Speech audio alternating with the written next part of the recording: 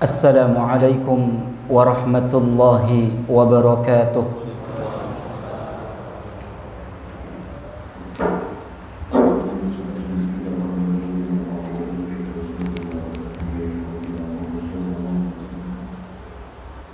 Allahu Akbar, Allahu Akbar, Allahu Akbar. Allahu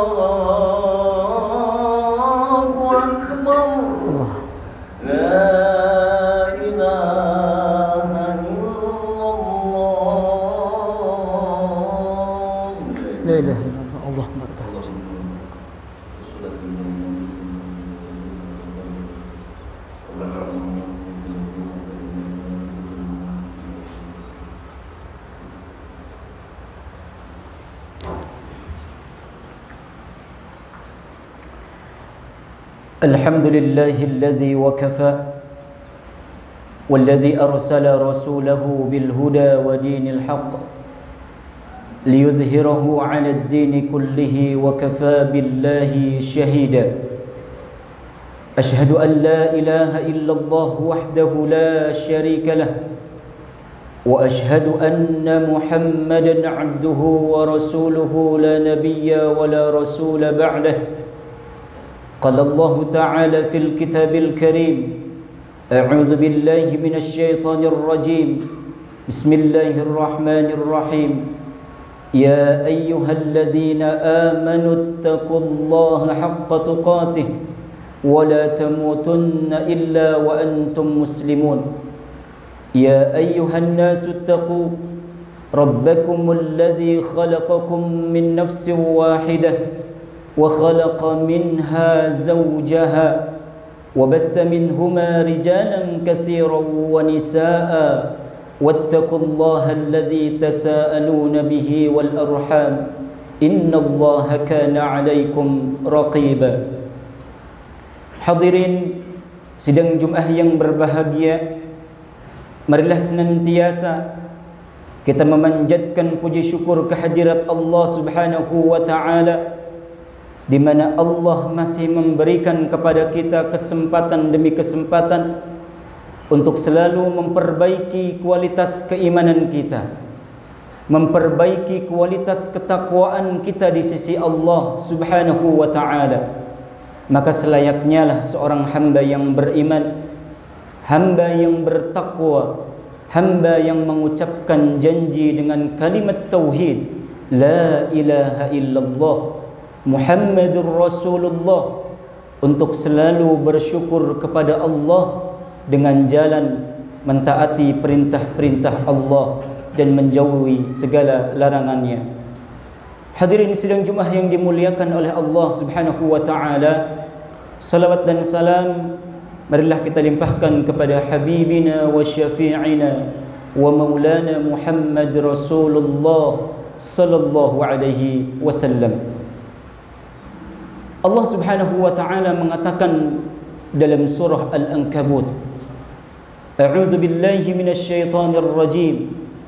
Ahasiban nas ayyutraku ayyaqulu amanna wa hum la yuftanun wa laqad fatanna alladhina min qablihim falaya'lamanna alladhina sadaqu wa laya'lamanna al-kadhibin.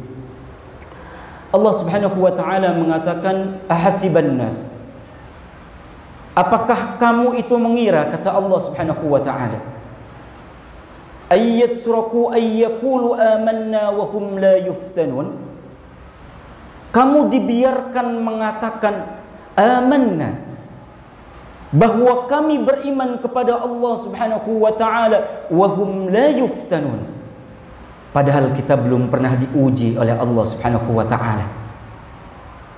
Wa laqad fatanna alladhina min qablihim, dan sungguh kata Allah Subhanahu wa ta'ala, umat terdahulu, generasi para anbiya, para sahabat tabi'in dan tabi'ut tabi'in telah Allah uji. Walaqad fatanna alladhina min qablihim falaya'lamanna alladhina sadaqu, untuk melihat sejauh mana keimanan kita kepada Allah Subhanahu wa ta'ala.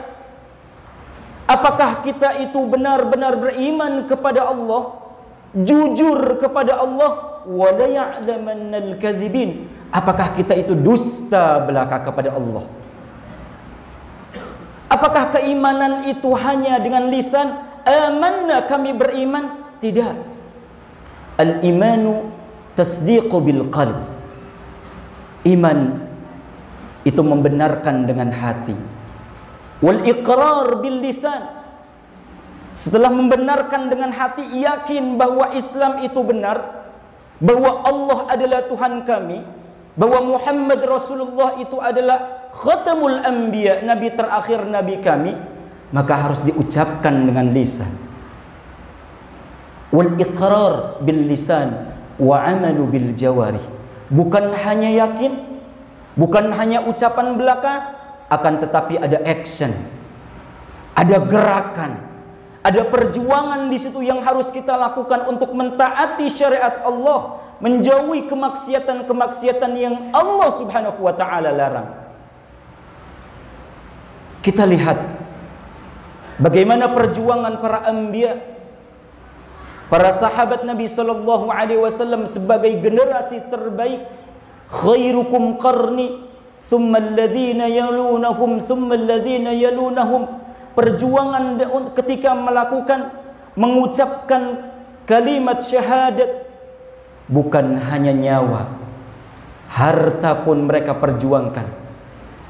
Dengan mengucapkan kalimat syahadat, ada para sahabat yang disisir dengan besi panas hingga mengelupas kulitnya, hingga terlihat tempurungnya dan lain sebagainya, dibunuh dan lain sebagainya.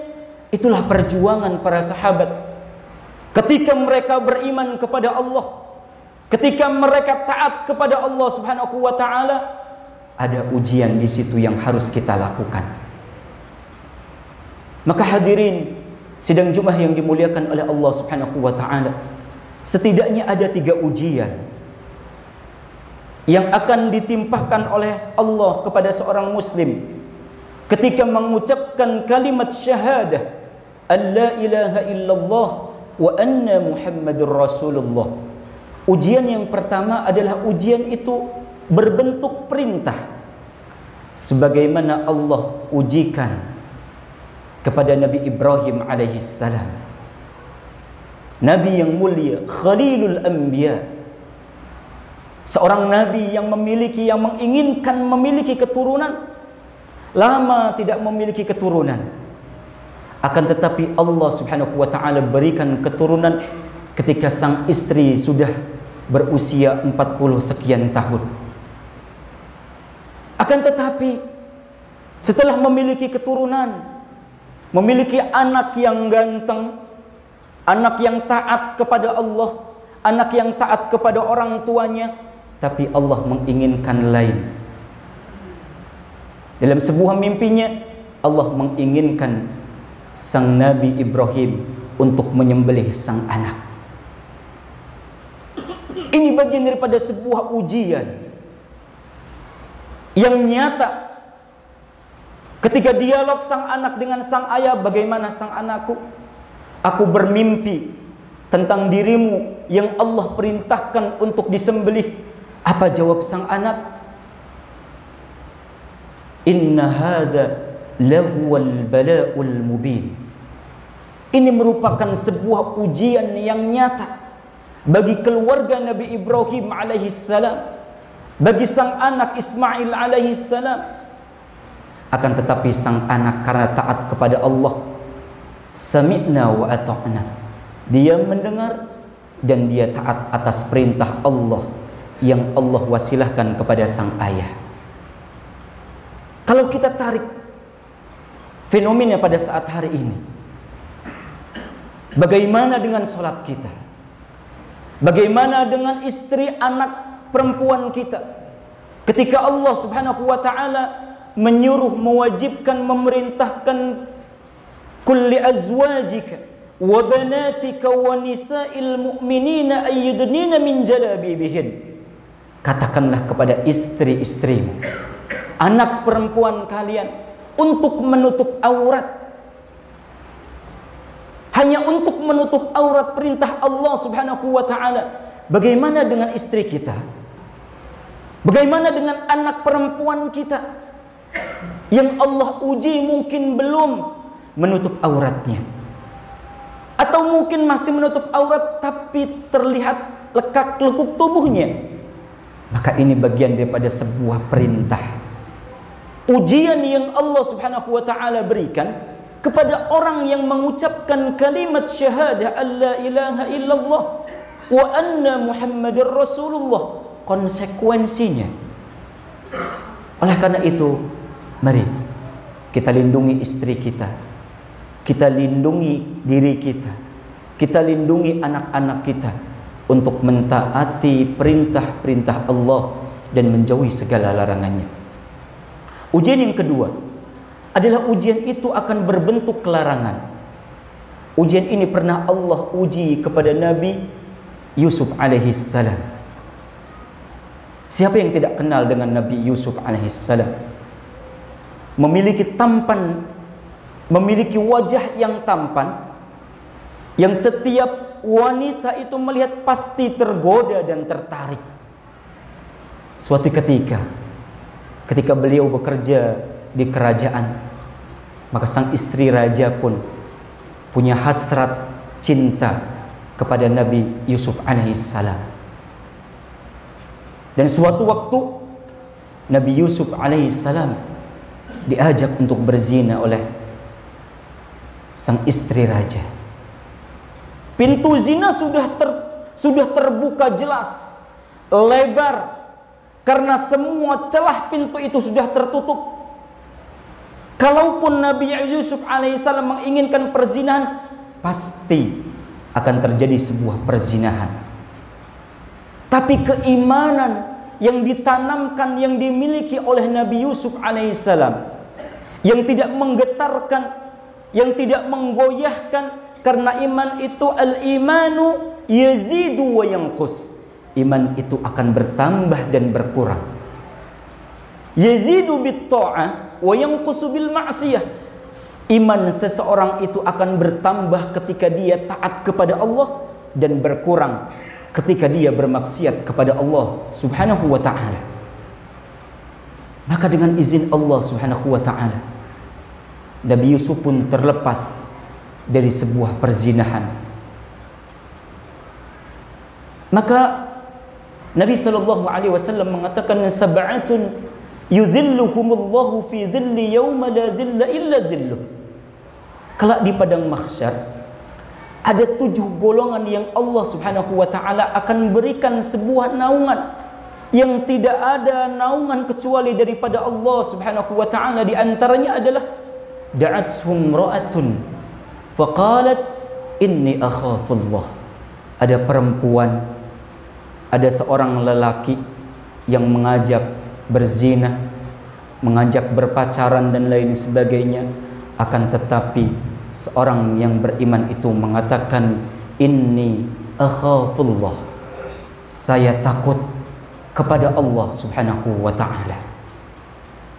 Inilah yang diinginkan para pemuda, yang diinginkan Allah, yang diinginkan Nabi Muhammad. Generasi-generasi inilah yang diinginkan, meniru Nabi Yusuf alaihissalam.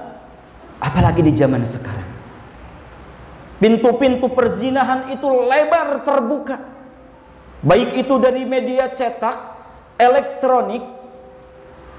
Bahkan setiap kita pun memiliki akses untuk memiliki pintu perzinahan. Maka keimanan itulah yang akan diuji oleh Allah Subhanahu wa ta'ala. Bagaimana Allah melarang sebuah perzinahan, bagaimana Allah Subhanahu wa ta'ala tidak menginginkan hambanya melakukan sebuah dosa besar. Maka kewajiban kita untuk taat kepada Allah Subhanahu wa ta'ala. Dan ujian yang ketiga adalah ujian berbentuk penyakit. Ujian ini pernah Allah Subhanahu wa ta'ala uji kepada Nabi Ayub alaihissalam. Dalam sebuah sirah, dalam sebuah sejarah, Nabi Ayub Allah uji. Yang awalnya beliau itu banyak didekati oleh orang-orang, disegani, memiliki ladang yang cukup luas, memiliki peternakan yang begitu banyak, memiliki anak yang juga banyak, istri yang cantik. Ketika Allah Subhanahu wa ta'ala uji dengan sebuah penyakit, maka Allah pun mengujinya juga dengan sebuah penyakit yang seluruh tubuhnya, yang awalnya tubuh Nabi Ayub itu harum, wangi, maka seluruh tubuhnya itu tidak tersisa walaupun selubang jarum pun yang mengeluarkan darah dan nanah, yang bau busuk itu tersebar luas. Ketika kita mendekati, ketika seorang mendekati itu pasti akan menjauh, lari, tidak memiliki kawan. Tapi apa yang dia katakan? Hadza minallah wa sayarji'u ilallah. Penyakit ini dari Allah dan akan kembali, akan sembuh oleh Allah Subhanahu wa ta'ala. Kesabaran, perjuangan, keimanan. Bukan hanya itu, ladangnya Allah uji, dibakar, hangus. Peternakannya Allah juga uji dengan peternakan yang Allah Subhanahu wa ta'ala hanguskan. Maka dia mengatakan, hadza minallah wa sayarji'u ilallah. Harta yang Allah berikan pada saat hari ini adalah dari Allah dan akan kembali kepada Allah. Bukan hanya itu, anaknya pun Allah wafatkan. Apa yang dia katakan? Hadza minallah wa sayarji'u ilallah. Anak inilah dari Allah dan akan kembali kepada Allah. Begitu sabar, begitu perjuangan Nabi Ayub berbelasan tahun sendirian, bahkan sang istri pun lari. Inilah fenomena ujian penyakit yang mungkin akan kita lalui. Mungkin orang yang dulu dekat akan menjauh dengan kita, tapi keimanan itu harus ada dalam jiwa kita. Keimanan itu harus ditanamkan bahwa Allah ada bersama kita. bahwa penyakit itu dari Allah dan Allah Subhanahu wa taala yang akan menyembuhkan dan akan kembali kepada Allah. Itulah yang harus kita kuatkan. Kalaupun orang tidak ada yang dekat dengan kita, Allah masih dekat. Allah masih memberikan nyawa kepada kita, yuhyi wa yumit, yang memberi kehidupan dan kematian. Maka kehidupan inilah yang harus kita gunakan dengan maksimal, karena siogianya kehidupan ini dari Allah dan akan kembali kepada Allah Subhanahu wa ta'ala. Maka hadirin sidang Jumat yang dimuliakan oleh Allah Subhanahu wa ta'ala, oleh karena itu ketika kita mengucapkan kalimat syahadah alla ilaha illallah, ketika kita memasuki agama yang mulia, agama yang diridhoi oleh Allah, yaitu Islam, maka pasti kita akan diuji, yaitu dengan ujian berbentuk sebuah perintah, ujian berbentuk larangan, dan ujian berbentuk penyakit.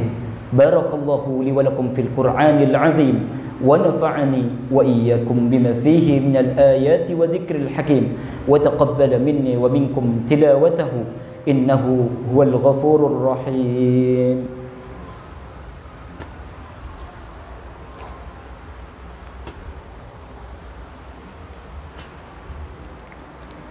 Alhamdulillahi rabbil alamin, wa bihi nasta'inu ala umuri dunya waddin, wassalatu wassalamu ala ashrafil anbiya'i wal mursalin, sayyidina wa maulana Muhammad ibn Abdullah wa ala alihi wa ashabihi ajma'in. Hari ini merupakan sebuah hari yang mulia, hari Jumat. Maka Nabi sallallahu alaihi wasallam memberikan sebuah contoh untuk banyak bersolawat kepada Nabi, untuk banyak bersolawat kepada Nabi sallallahu alaihi wasallam. Oleh karena itu, dan hari ini juga merupakan sebuah bulan yang paling mulia, yaitu Dzulqa'dah, di mana Allah Subhanahu wa taala melarang untuk banyak-banyak untuk kita berbuat maksiat kepada Allah Subhanahu wa taala. Karena ini bagian daripada arba'atu ashhurul hurum, 4 dari 4 bulan yang Allah Subhanahu wa taala muliakan dalam Al-Qur'an. Oleh karena itu hadirin yang dimuliakan oleh Allah Subhanahu wa taala, banyak-banyaklah berdoa kepada Allah di bulan-bulan ini. Banyak-banyaklah melakukan kebaikan. Banyak-banyaklah membaca Al-Qur'an, puasa dan lain sebagainya. Insyaallah Allah Subhanahu wa taala akan berikan kemuliaan di bulan Dzulqa'dah ini. Innallaha wa malaikatahu yusalluna 'alan nabi ya ayyuhalladzina amanu sallu 'alaihi wa sallimu taslima. Allahumma ighfir lil muslimina wal muslimat wal mu'minina wal mu'minat al ahya'i minhum wal amwat innaka sami'un qaribun mujibud da'wat ya qadiyal hajat. Allahumma inna nas'aluka ridhaka wal jannah ونعوذ بك من سخطك والنار. اللهم إنا نسألك الهدى والتقى والعفاف والغنى. يا مقلب القلوب ثبت قلوبنا على دينك. يا مسرب القلوب صرف قلوبنا على طاعتك. اللهم اجعلنا من أهل القرآن. اللهم اجعلنا من أهل القرآن. اللهم اجعلنا من أهل القرآن الذين هم أهلك وخاصتك برحمتك يا أرحم الراحمين. ربنا آتنا في الدنيا حسنة وفي الآخرة حسنة وقنا عذاب النار. عباد الله إن الله يأمركم بالعدل والإحسان وإيتاء ذي القربى وينهى عن الفحشاء والمنكر والبغي يعظكم لعلكم تذكرون ولذكر الله أكبر. أقيموا الصلاة.